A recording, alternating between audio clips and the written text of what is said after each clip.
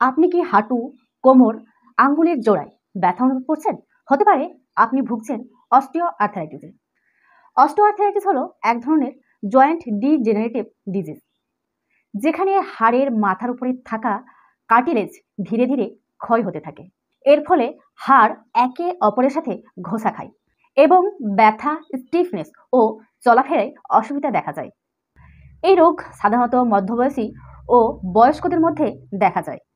তবে অতিরিক্ত ওজন, আগের জয়েন্ট ইনজুরি বা অতিরিক্ত পরিশ্রম থাকলে ঝুঁকি আরও বেড়ে যায়।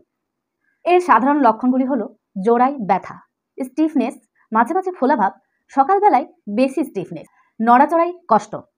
অস্টিওআর্থারাইটিস পুরোপুরি সারানো না গেলেও নিয়মিত এক্সারসাইজ, ওজন কমানো, ডাক্তারের পরামর্শ অনুযায়ী পেইন ম্যানেজমেন্ট করে এটি নিয়ন্ত্রণে রাখা যায়।